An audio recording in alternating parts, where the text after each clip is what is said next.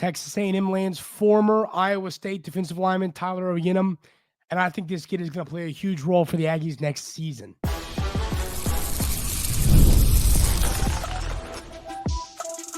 You are Locked On Aggies, your daily podcast on the Texas A&M Aggies, part of the Locked On Podcast Network, your team every day.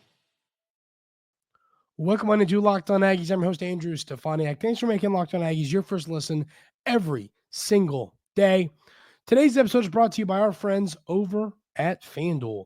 The NFL playoffs are almost here, but it's not too late to get in on the regular season action with FanDuel, because right now new customers can finish the season strong with $250 in bonus bets if your first $5 bet wins. Visit FanDuel.com to get started. On the show today, ladies and gentlemen, we're going to talk a little bit about Landon Rink, Texas A&M, soon-to-be freshman next season, who has shown up at the All-American game. We're going to talk about, it's 2025.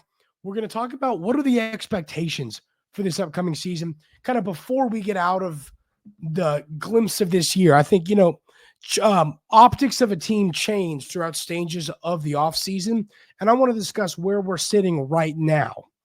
But we got to start the show talking about the addition of Tyler Onyedim from Iowa State, the defensive lineman. This season, he had a total of 33 tackles. He had a fumble recovery. PFF on the season graded him as a 65.6 overall. His best grade is his tackle grade, which those who watched Texas A&M football last year and frankly the year before know that at times wrapping up and tackling has been an issue for this program. I mean, I do not understand, and it's not every game, but there are some games where Texas A&M will lose, and you just go, why can't we tackle anybody? So great to see that he's a sound tackler. It looks like on the season he missed a total of 2 tackles, which, comparative to a full body work, that's not terrible. Then looking at his run defense grade, it's a 69.5, which is his second highest grade behind his tackle grade.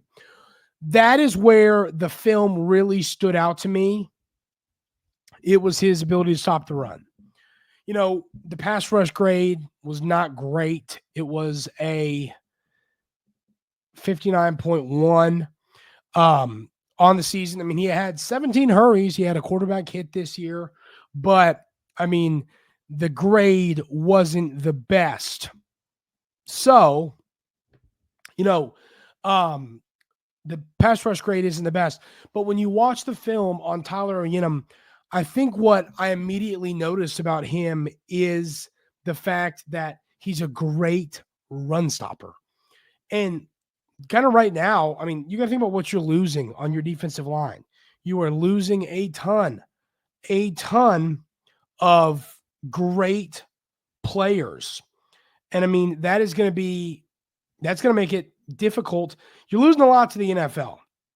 Knowing you're losing a lot to the NFL, you need to bring in players via the portal. You're losing Shamar Turner, Shamar Stewart, you're losing Nick Scorton, you're losing your great defensive linemen.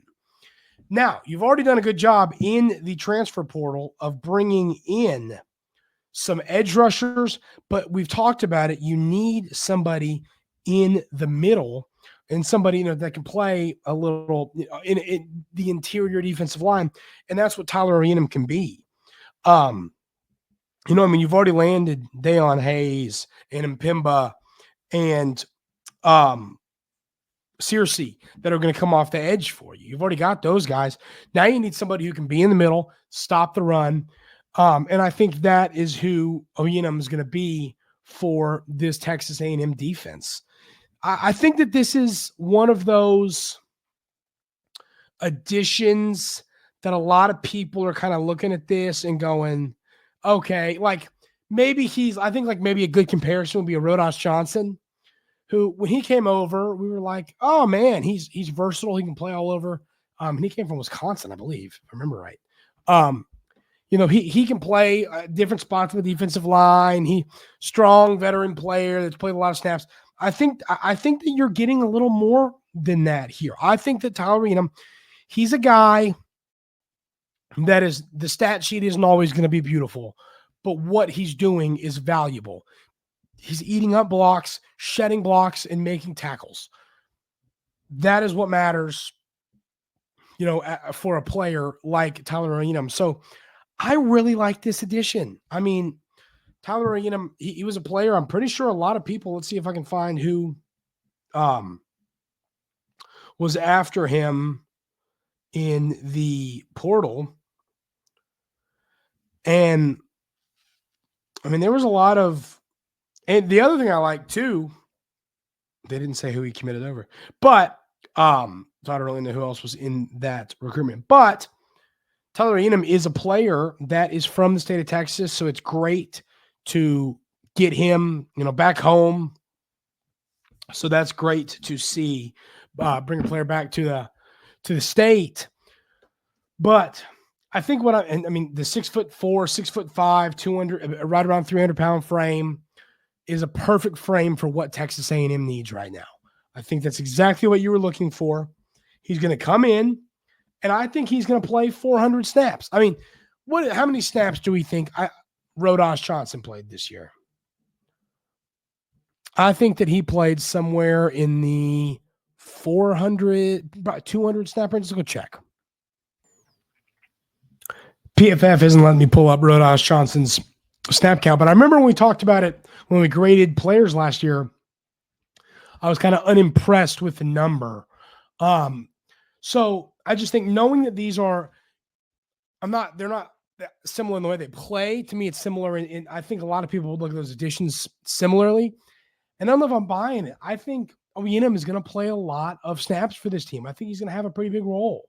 So I'm pretty excited to see what the rest of the roles look like on this defensive line, because there's still a lot of additions that could be made. This coaching staff, and it's kind of been a theme that I've discussed this offseason with this roster of like, when do we kind of say, hey, I don't know if I believe in this player anymore. Hey, I don't know if I believe in this guy. When do we say that and start going after new players in the portal? Or are we still going to trust in some of these upside players? And I think that is going to play a significant role when it comes to who Texas A&M pursues defensive line-wise in the portal. So, I mean, you've got your edge guys. Now you need, and I'm not satisfied when it comes to interior guys. I love this addition, but I would go get more and more and more and more players on that defensive line. So Onyedim, actually, he had a great defensive grade in 2023 with 76 overall defensive grade, 83.5 run defense grade. I mean, he's just a solid run defender. And I mean, that's his strength, but that's what Texas A&M is looking for.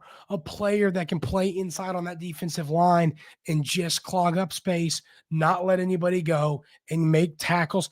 But it's like, there's those players that are just taking up space, and then the players that find a way to shed blocks and make great plays. And that's who Onyedim is to me. He's a guy that is going to break tackles or get away from blocks, and make tackles that way. So this is a good addition.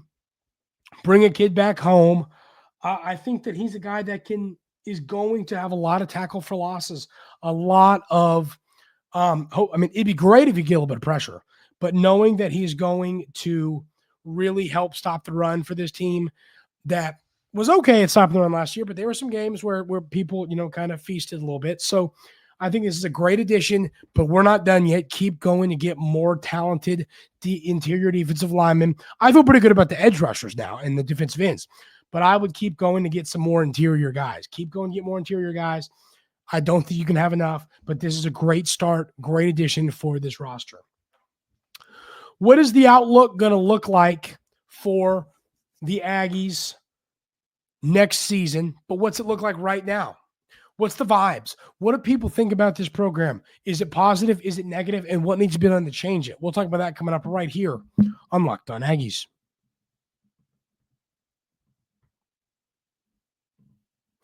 But first, I got to tell you about our friends over at FanDuel.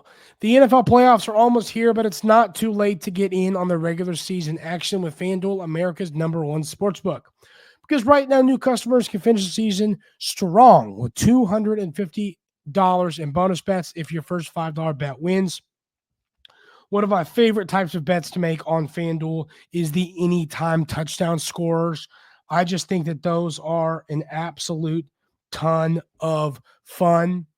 I think that it's just a really good time to go on there and kind of, hey, who's going to score a touchdown and pick that. I think it's just a really enjoyable way to bet on the game. That's what I do. Me and all my buddies do that.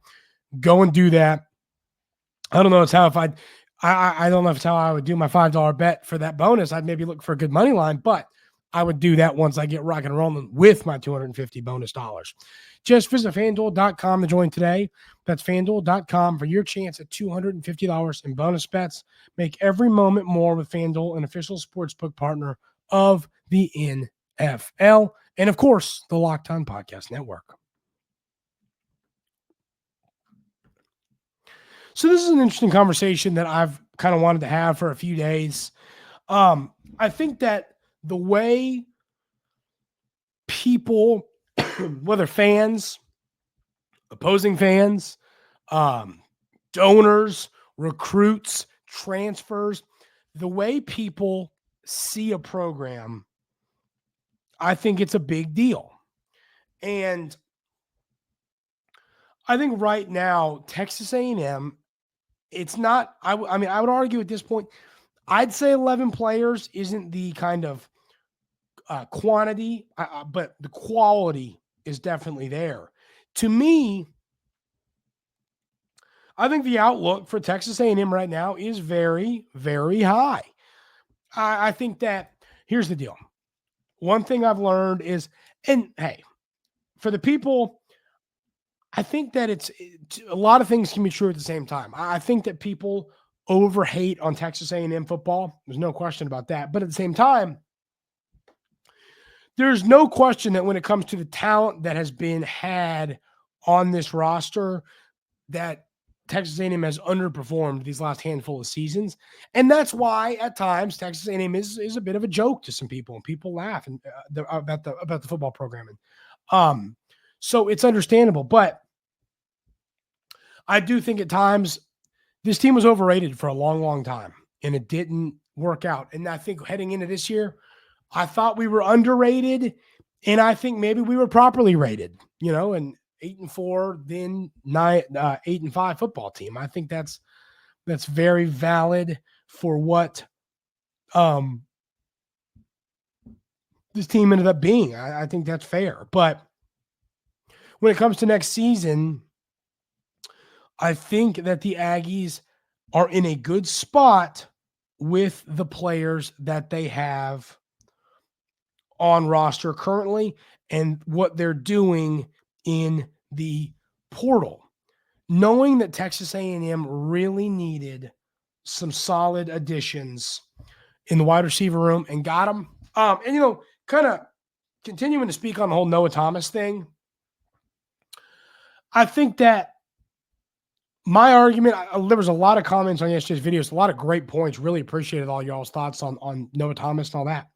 To me, the point that I want to come back to that I made is I do think with better quarterback play, he would be better. I do. I just think that he hasn't had great quarterback play during his time as one of the top receivers for this program. So I think if he had better quarterback play, he would have been better.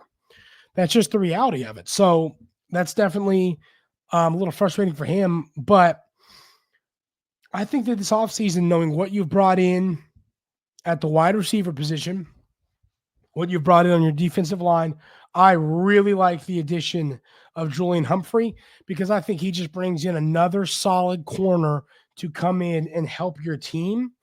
How many snaps does he play? I don't know. I really don't know yet. That's not something we're going to fully break down yet.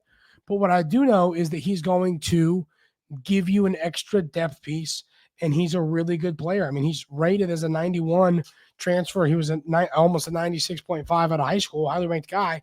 He's a really good player that's going to come in and help you out. So I am excited to see how these transfers play, but I also think that Texas A&M is returning a lot of great players. I am excited about what's going to happen with Marcel Reed. I've talked about it. In today's age of football, quarterbacks have to be able to run. And of course, we all know that Marcel Reed's a great runner. And I think that he is, if he's able to elevate his ability to pass the ball just a good amount, I think that he's going to be able to take this program to the next level. I think that he can be that good. I mean, the issue, it stinks that Connor Rigman ended up being a bust, and that's what happened. Now, he was a bust here. Best of luck to him at Houston. I think he could be good there. But he just wasn't what we thought he was. And I just think Marcel Reed, the style of quarterback he is in today's age of football, he can be really, really good. I believe that. So he also has weapons now. He's got great weapons. I mean, Mario Craver, Micah Hudson, KC Concepcion. These additions make this offense even better. I think he's still got a couple good tight ends. You got a great running back. So the outlook now, I think once again, to stay on my trend of two things can be the two things can be true at once. I think Texas A&M has, compared to this year, a lot tougher schedule. You got to go to Notre Dame. You got to go to LSU. You got to go to Missouri. You got to go to Texas. But you also don't have to play Georgia. You don't have to play Alabama, even though Alabama maybe kind of stinks too. But you don't got to play Ole Miss. So you have a tough schedule, but at the same time, I think that you're avoiding a lot of negative teams you don't want to play there as well. So I think the outlook for next season, if I can break it down here just in a quick minute or two, I'd say that Texas A&M is a team that, looking at it right now, if Marcel Reed is able to find his ceiling and take his game to the next level, Texas A&M is going to be really, really good next season. You're going to have a good defense. You're making great additions on your defensive line. I love your linebacker room. There's a lot of great bodies in your corner or in your secondary. They're making necessary additions to take that room to the next level. Your offense, you've got great receivers now. You've got probably the best running back room maybe in the SEC with Moss and Owens. You've got great receivers. Like I said, you now got tight ends that are pretty good. I still like what we got in Theo. You got an offensive line that I think is going to be pretty good as well. I do. I think this offensive line is going to really shock some folks. So I think this Texas A&M team, people are going to look at Texas. I bet, if I had to predict our win total for next year, it's probably going to be 7.5 or 8.5. I bet we're going to be right outside the top 25. All that's fair. And I think the ceiling and the floor are going to come down to how good Marcel Reed is. Our defense will be good. Our weapons will be good. Our line will be pretty good. If Marcel Reed is an elite quarterback, we can be incredible. If Marcel Reed isn't that good, we're not going to be really good. And the reality is, I do think it's going to come down to his play, but I think he is capable of playing good football. So I'm excited to see what happens with him, because I do think Texas A&M is going to go as Marcel Reed goes this year. Texas A&M 2025 signee Landon Rink just absolutely turned some heads at the All-American game. We're going to talk about that coming up right here on Locked On Aggies.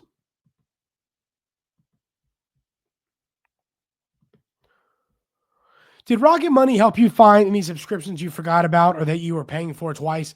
Definitely happened to me.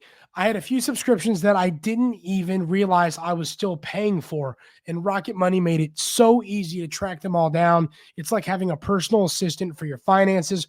Rocket Money is the personal finance app that helps you find and cancel your unwanted subscriptions, monitors your spending, and helps you lower your bills so you can grow your savings. It brings everything together in one place, whether it's subscriptions, your spending habits, or even the goals you want to hit this year. Rocket Money has over 5 million users and has saved a total of $500 million in canceled subscriptions, saving members up to $740 a year when using the app's premium features. Seriously, when I signed up for Rocket Money, I didn't expect to have any subscriptions I was paying for. And goodness, I sure did. It's saving me like $30 a month right now. And I mean, hey, I'm young. That money is important. I need it for bills and car payments and this and that. It is helpful for me. This was a real game changer for my life, and it will be for yours as well. Cancel your unwanted subscriptions and reach your financial goals faster with Rocket Money. Go to rocketmoney.com/lockedon today. That's rocketmoney.com/lockedon today. Once again, rocketmoney.com/lockedon today.